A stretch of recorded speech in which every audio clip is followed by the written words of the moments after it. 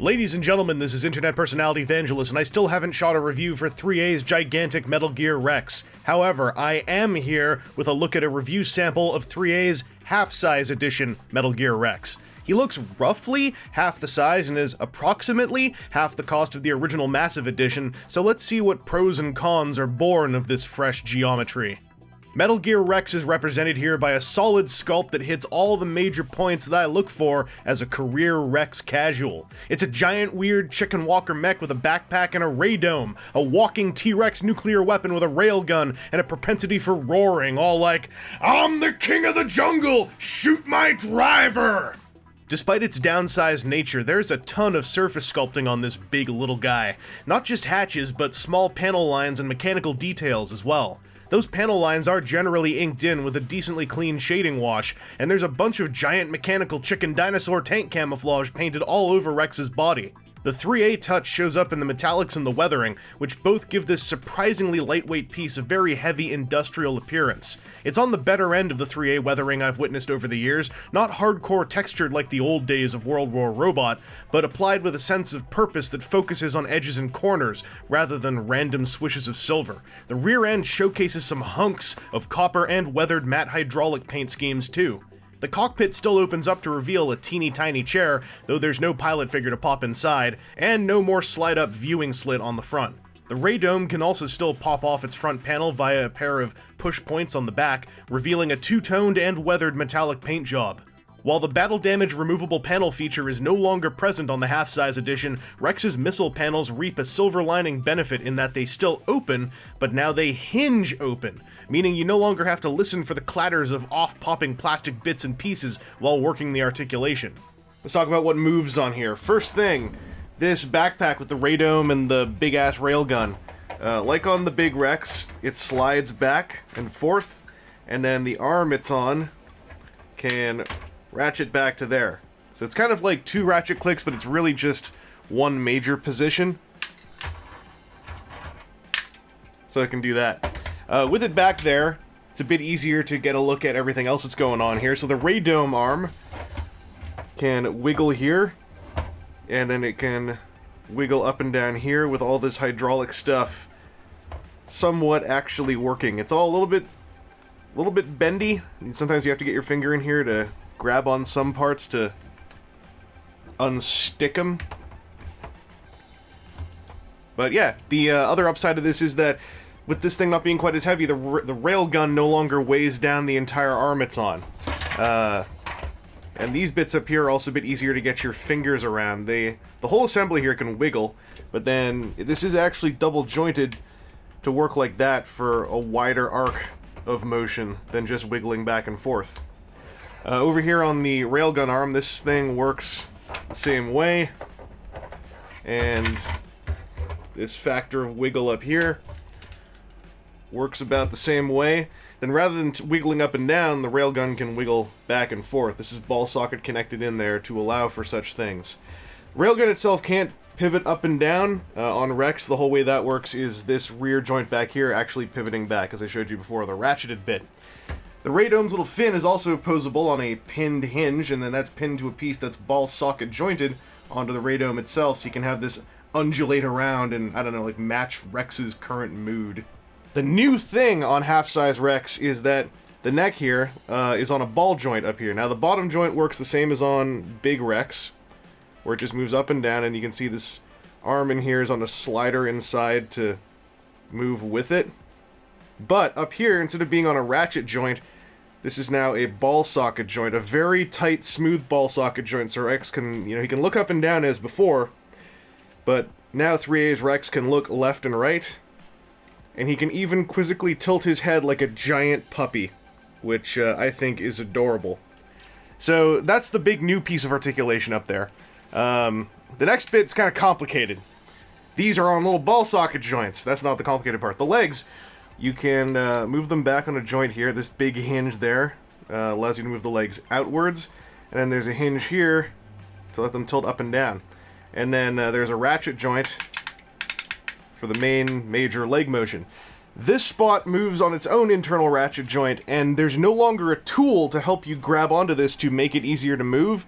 So this sucks if this is like out of alignment for some reason. You have to grab on here, hold tight, and you can get it to... There we go. So now you see that this hinge is moved in different orientation than here, and if you want to move it back, you have to do that. It can help if you bend these hinge joints to create a sort of fulcrum with this piece to put your palm on, but in general, the lack of a tool here or spring load thing or anything to move the ratchet joints that are inside this part of the pelvis, that's kind of a bummer. Oh, by the way, the little laser cannon can wiggle. Hooray! Anyway, the rest of the legs, with the hips done, we've also got this detented outward swing. And then the heel piece here is on a joint there and a joint here. So you can have this, you know, snugly uptight against here. Or if you line up these edges so it's solid, you can have this as a great rear kind of heel support. But the actual leg on small Rex is much more feasible than on big Rex to use as a, you know, big chicken bird leg. Because over here, you've got all these moving bits, like there is a double hinged thing for the little toe pokey bit. This is no longer on a spring-loaded compression, it's just a single molded piece. But 1, 2, 3 joints there, and then the whole flap there, they're parallel to, can flip up and down. The whole assembly that's on can move up and down. This can all go up here to get out of the way to make room for the actual foot, which is this little thing. And you can also pull it out, like on Big Rex, and it's much easier to pull out on here than on Big Rex. But then you can move that joint out. There's a dedicated ankle swing thing here that's riveted in, but then there's also a ball socket joint here. And if you get everything arranged properly, then you can get this Metal Gear Rex to actually assume its, you know, its T-Rex tall standing walking posture. And the fact that this toy can not only do this, but it can do it feasibly and without struggling, without these hip ratchets sort of sinking under its own weight. The fact that this thing is now lightweight enough to do these poses, it makes it a bit less visually impressive than Big Rex, but I think this makes it kind of a superior product to Big Rex because it's playable, and I can pose the thing. He can look around, I can do the chicken walker stance, I can get his legs wide out, I can mess around with the balance a bit, and it's I can actually use the ankle tilts without them utterly failing under the weight of everything above them. He still doesn't have any kind of clear stand, which was something that I thought was missing from Big Rex as well. Just something to go up under the crotch. And he's slipping around on my display stand here a little bit. I really would have loved some rubber, like, grippy stuff underneath the feet. Like, one could install that, but on something of this size, even when it's more lightweight, that would have been a boon. But one serendipitous camera battery loss later, I've got his hip ratchets in the pelvis arranged slightly differently, and he's now in a more dynamic pose. But let that not deter my point that this guy is a lot easier to play with. Even when he's slipping and sliding around on this thing, once you figure out how to get the main, these bits here, just like on the big one, once you get these bits here arranged in a way that can deal with the weight you want to put on them, it's fun to get this guy into different postures and going, ah, and firing off his railgun, chicken walking around. It's just, I like that I can finally engage with the engineering of 3A's Rex without the toy actively fighting against me. The most this one is doing is sliding around on my display stand, but it's so cool to finally figure out how to place his weight, to be able to get him standing like this and not feel like I have to sit there staring at him just in case everything comes collapsing down. And, like, yeah, this ball-jointed neck, I guess the reason why this wasn't on the original was due to the sheer weight of it, but, like, this is making a case that, like, this is sort of the size for a playable Rex toy. Big Rex had 6 AAA batteries of electronics for blue body lights and a railgun kaboom sequence, and half-size Rex still has both. The railgun now takes 3 AG1 batteries, and while it doesn't bear the blinding climactic light show of its big brother, it's still pretty cool for something this much thinner.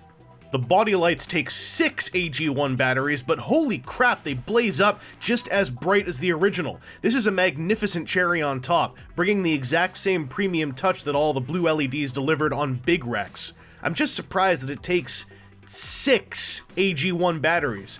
But hey, I'm no electrician, and by the way, batteries are not included, but thank goodness the battery cover doesn't need a screw to be removed and replaced this time. Although you might need a flathead to get that thing pried open.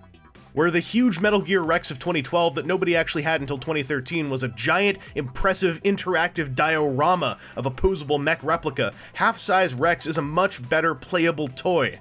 Ditching the panel removal and the sheer weight of the original makes this follow-up piece a million times easier and a whole lot more fun to pose, as going into full standing chicken walker biped postures no longer involves wrestling with the mass equivalent of a small dog. This smaller version actually gave me a greater appreciation for the large one, now that I could find more successes in posing the thing without the distractions of pop-off panels and a weight that sometimes managed to overcome a click or two of the leg ratchets. The smaller size certainly makes one give the $200-some price tag a sterner eye, though I'll say the volume of the piece is still pretty satisfying, especially if you haven't got the gigantic original version to directly compare it to. It's the lightweight feel that may give you pause, though that same characteristic has a huge hand in the vastly increased playability. This is still a toy for Metal Gear fans first and foremost, but between the impressive sculpt and paintwork and the improved articulation and much improved ability to use that articulation, I still think it is well worth consideration for that niche audience. I had no idea how much I wanted to pose a Rex until I had one that was not a struggle to handle. Anyway, this has been internet personality Vangelus, and I hope this video has been informative despite coming out before I ever did coverage of ThreeA's larger Rex. Wrestling with its joints on camera and fitting it into shot, it's a chip on my shoulder, a demon whisper in my ear, the kind of thing that makes you wonder if love can bloom, even on the battlefield.